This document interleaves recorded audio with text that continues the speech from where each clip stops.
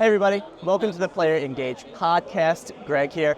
We are coming to you live from GDC, and today my guest joining me is Bertrand Bodson, the CEO of Keywords, who I'm really excited to do my first live podcast with. Bertrand has an awesome background. He started with Boston Consulting Group. He was at EMI Music. He was a product manager at Amazon, and before Keywords, he came from Novartis, as he was the first chief digital officer there, and the person to help bring kind of the future and technology to a healthcare firm, and I think that's awesome. So first off, Bertrand, thank you so much for joining me today. Is there anything else you'd like to share with our group? No, great to be here, and a great idea to do that from GDC. It's always a very energizing place, I guess. You know, when there's gamers around, there's just energy going on. True. It's a fun place to be. And before we really get into the podcast, the one thing that really strikes me, and I'm really curious about the industry, is what did a young Bertrand aspire to do? You know, everyone dreams, or if you're a gamer, you want to run or be a part of a video game company. And looking at your background, it's funny you went from all these different medias to Amazon to healthcare. Like, what did you want to be when you were growing up, and how did you end up here? Oh, that's a big question. And truthfully, I was hoping to be a tennis player, but that clearly didn't work out. And I started my career fairly early at Amazon, where all we had a bit more than 20 years ago was called BMVD, books, music, video, and DVDs. And so video game was a big part of that. So it was definitely on the agenda. It was one of the 4 divisions. So it's really good to be back to that. I think it's an amazing industry. It's a fascinating one. There's a lot of fashion. At the end of the day, we're serving almost 3.5 billion players across the planet. I have 3 young kids. I'm very popular with my children as well in there. And what I really love about this industry, and maybe about Keywords in particular as well, is like it's very entrepreneurial. There's still so much to be invented. There's so much to be shaped. I get the chance to work with entrepreneurs every single day. And as much as there are some tougher times out there, I think this is an ideal moment to really go and imagine more and to really create amazing experiences, quite frankly. And often you get some of the best inventions, the best creations are coming from those times where you have to think a bit differently. So I think we have a few exciting years ahead of us. Yeah, I agree. Well, you mentioned your entrepreneurial spirit, and one of the articles I read talked about when you were making the decision to come to Keywords, part of the idea was you wanted to take over more of a global entrepreneurial venture, and it seems like such a cool opportunity. And it boggled my mind when I first read that you came from healthcare, because I was like, that's awesome, but where healthcare and gaming really connect, I didn't get it. The more I read about kind of what it was, is that you came into Novartis, I think around 2017, 2018, and you were there to bring technology, kind of look at their data. And some of the things I was reading about online was awesome. That first of all, I didn't realize healthcare was embracing AI as much as they are. And then I was reading things that you were taking a look at, or you were thinking of how you can look at all the patient data over the years and start looking at that. And first I thought, how come they weren't already doing that? And it makes sense, but I guess it doesn't make sense until it does. So I guess, can you go and tell us a little bit what you've learned from Novartis and the healthcare, and how that can transition to the gaming world? Yeah, sure. So at Novartis, we used to serve about 800 million patients every year. So there was a big mission of also imagining more on behalf of patients. Technology was a very big play. An incredible amount of data, very responsibly handled, as you can imagine. A lot of clinical trials, big productions as well, not too dissimilar to here. It took us, on average, 12 years and 2.5 billion to get a drug over the line. So you can see when we talk about multi-hundred millions and several years to get a AAA over the line, there are some similarity. And technology had to be part of the solution. Data was a big part of the solution, to the point that now healthcare is seriously looking into what we call in silico modeling. So how can you, instead of having to do just physical experiments in a very linear way, how can you really model that? How can you model what patients could do? How can you have digital twins of patients themselves as part of it? So technology was really much at the core. You are spot on. And then beyond that, it's all largely as well about leadership, about geographic footprints. I think I found that back in Keywords in big ways. Again, a lot of entrepreneurs. There's, I think, a great culture as well. How do you make sure you keep the entrepreneurial side of all of our studios, while at the same time making it work as one Keywords, not too dissimilar to what I had as an artist, where we have 6 different therapeutic areas. How do you make it cohesively work for the patients or for the players in this case? Global geographic footprints, Keywords, we have 26 countries now, which I really enjoy. You end up a lot in a plane, but that's part of the job of it, the joy of it. We have a lot of technology that we're bringing in. Really, AI technology is a big one.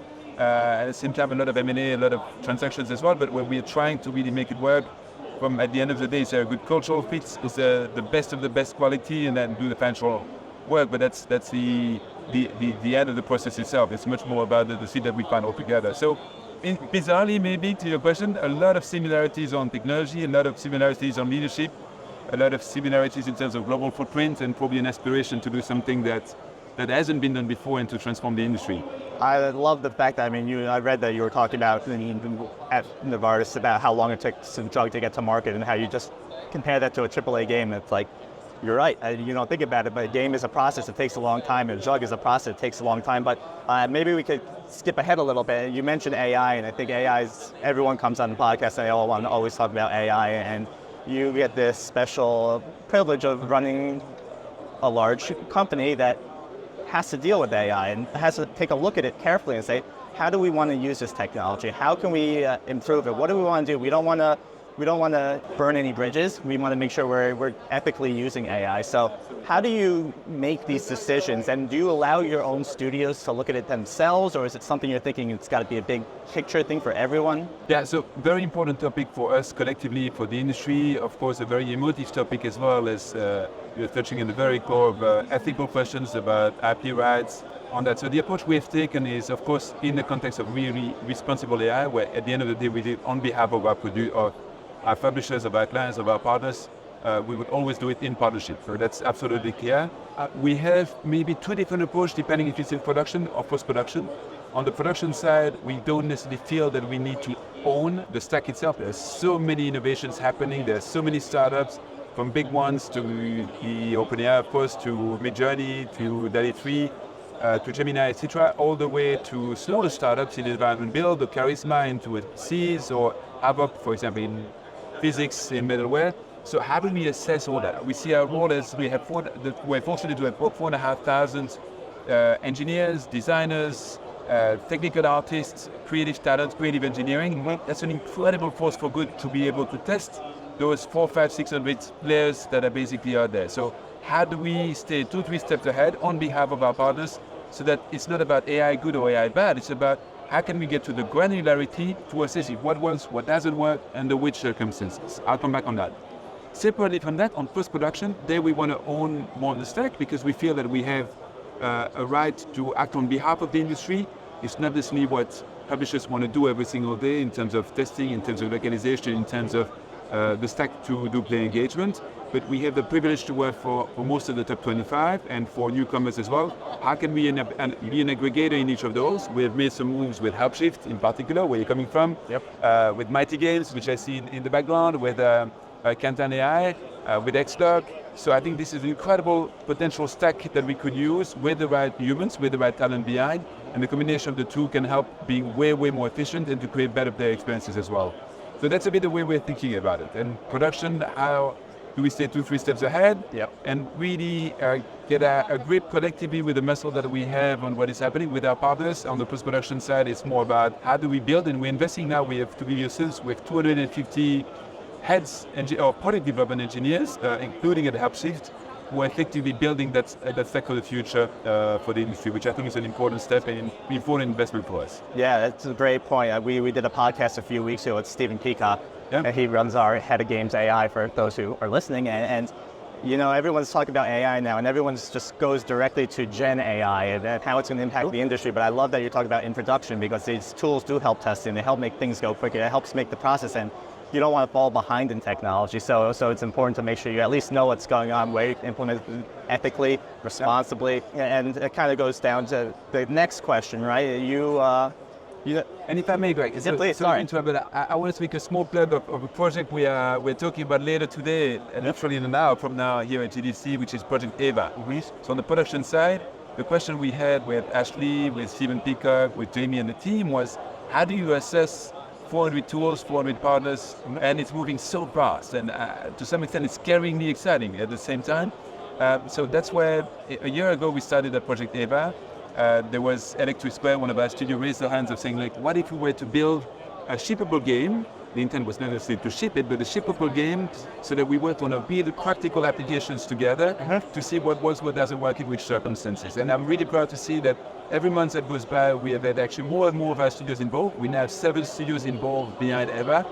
They've been testing real life with what works in which circumstances. How do you unlock the APIs? How do you connect different of those partners together?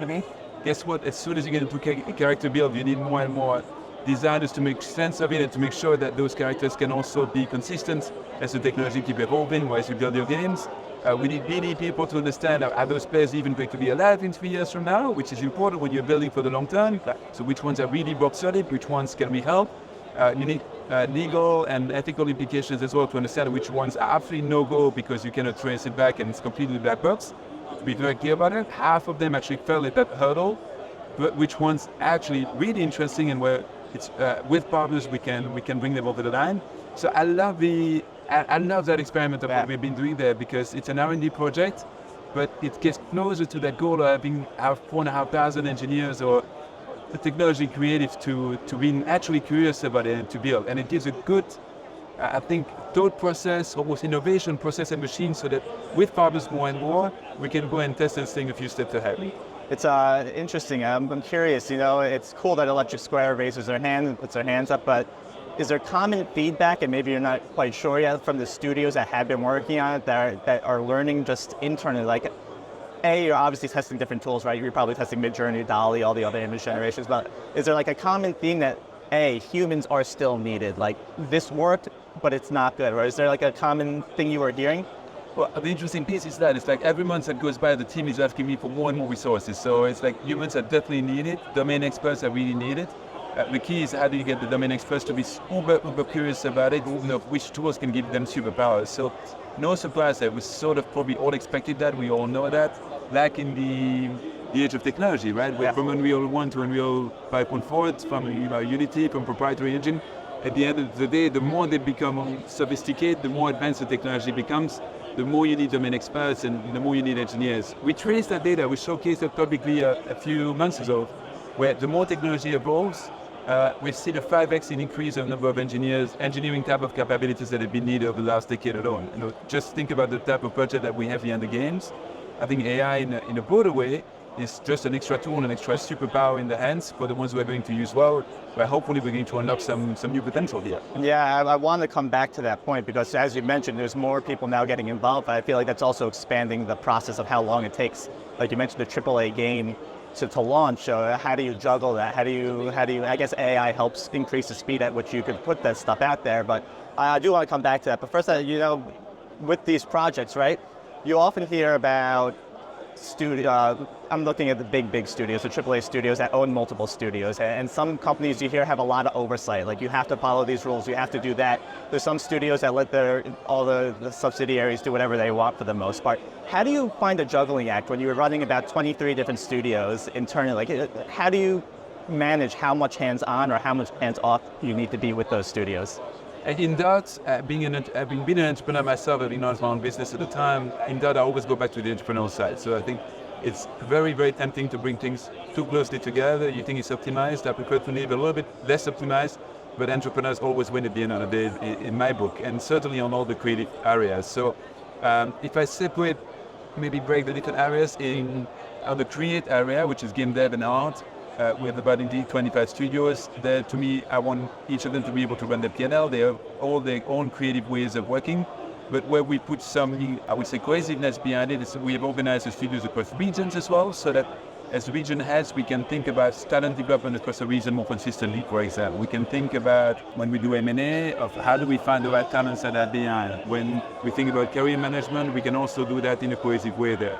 It makes also, from a leadership point of view, a bit easier to get to also get progress in your own career as part of it. That's one side of the world. I think that's working quite well. We're finding that we call it one keyword. So it's a balancing act all the time between the entrepreneurial side at the same time making sure that we have the right rigor. And there are a few things on the back end in terms of infosec, cybersecurity, in terms of course finance reporting, in terms of HR, IT, etc.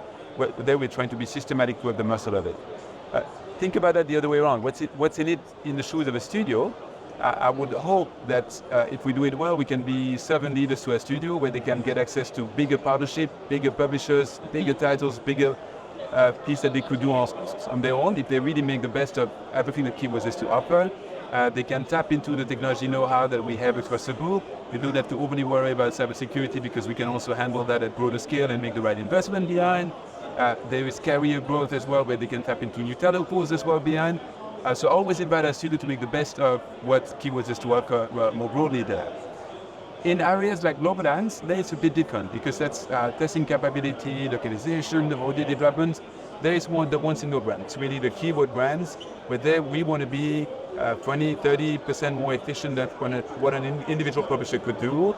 And that's why having the right showing across the globe, having the right capabilities around the world, all over the place, whether it's between Montreal, between Poland, between Mexico, between India, between China. I think there's a really good offering there for our brands, and that's where tech also comes in on the post-production side. How can we be way more efficient? How can we be way more scalable? And the best of human and the best of technology to be able to serve actually the tsunami of content that is coming, if you think about it, in the next decade. Think about the content being created, it needs to be tested. Think about what will come through technologies, it needs to be tested, and that's where I think our teams are really brilliant at that. So there's more the keywords umbrella, but with consistent level up type of ranking, career opportunity as well around those. So that's a bit how we think about one keyword.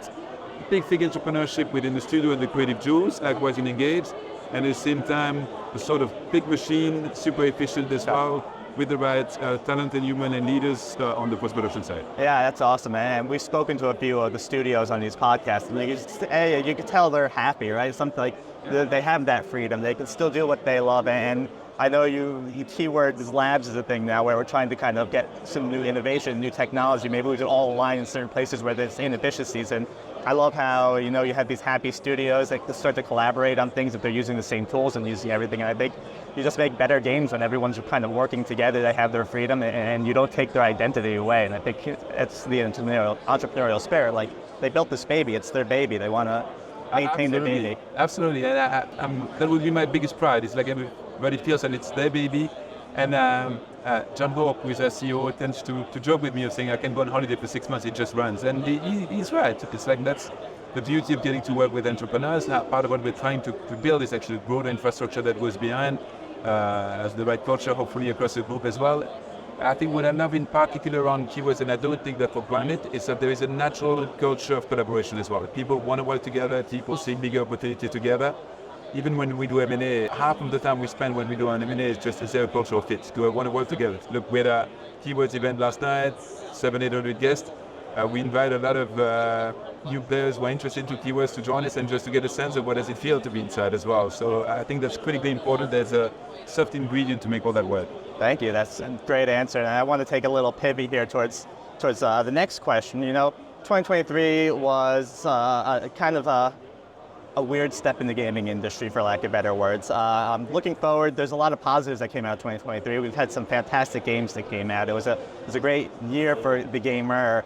Working in gaming was a little tougher towards the end of the year with what was happening in the industry. But as we come into 2024, the gaming community is coming together. They're looking for new opportunities. Are there things out there that you think, or information that you think is important for gamers to know about this industry? I don't even know if this question makes sense now that I'm saying it out loud, but it does. I think maybe, I know it always sounds a little bit like it has been a tougher environment than in some of the COVID years, if I can say it that way. But let's not forget as well some amazing things that happened last year. First and foremost, you're right, we had amazing titles coming out, right? It was absolutely spectacular. Look at the Game Awards in December. I'm very proud, by the way, that there was a piece of keywords inside 70% of the winners of the Game Awards. That's something that, as keywordians who are listening in as well, we should be super proud about. It's a bit the humble servant of the industry, but great to be able to contribute to that. As a business with about 13% growth last year, we're a bit more on the picks and shovels in the industry, but that gives us also a moment to give a choice from a leadership point of view to make in those years. It's like, do you go and anchor down, or on the contrary, do you go and invest in your setup? So of course we have the short term to manage. I want to make sure that we absolutely serve our clients super well. And at the same time, how do we invest in those platforms? Everything where Greg, you asked me earlier in terms of, or we're talking about in terms of tech innovations, how do you build the post-production tech platform as well behind? That's 250 professionals, product developers that we have behind. Those are big choices that we're making because we see a bright future coming up. And again, I'm probably optimistic, but I see a lot of green shoots coming in. Quite frankly, right now, we're having amazing discussions all over the place happening. Some are even using this time to reconsider their own business model as partners. Hopefully we can be good partners and play a role as well. and making the best of it so we can stronger together at the end of that. Some have amazing titles that are in the making. Some are looking at what the technology play could be. Hopefully we can guide. So I think that we still have some work to do this year to navigate for that as an industry together. But I'm super optimistic for what is coming. And you're back to this theme of entrepreneurship, which is our industry is really good at being innovative at the end of the day. And that's why I would favor entrepreneurs to be every day of the week, because that's where we'll come up with new experiences together, we'll come up with new formats, we'll come up with new approaches. I see many studios where saying what is really the core and where better surround myself with the right partners to be able to do that in a very, very scalable way. A lot of the seeds of the next decade are happening right now. It's funny you mentioned this, but we're on the floor of GDC right now, and maybe Adam, can you just turn the camera and show the booth? I got him working. See, I have an employee now, kind of. But like, we're hiring, right? There's people here, and a lot of people are looking for work, and they all still have smiles on their face. I think it's just something about the industry. It's a tough time, but we're all still gamers, and people know there's going to be work again. We came off a high, I guess you could call it, during the pandemic years, and kind of self-correcting now. But I like everything you said. The entrepreneurial spirit. Hopefully, we get a bunch of indie studios that start to build up. We got a lot of creative minds out there, and I think it's a trappy time, but I think it's an exciting time for gaming, because I think we're around the corner. There's going to be some great stuff that comes out there.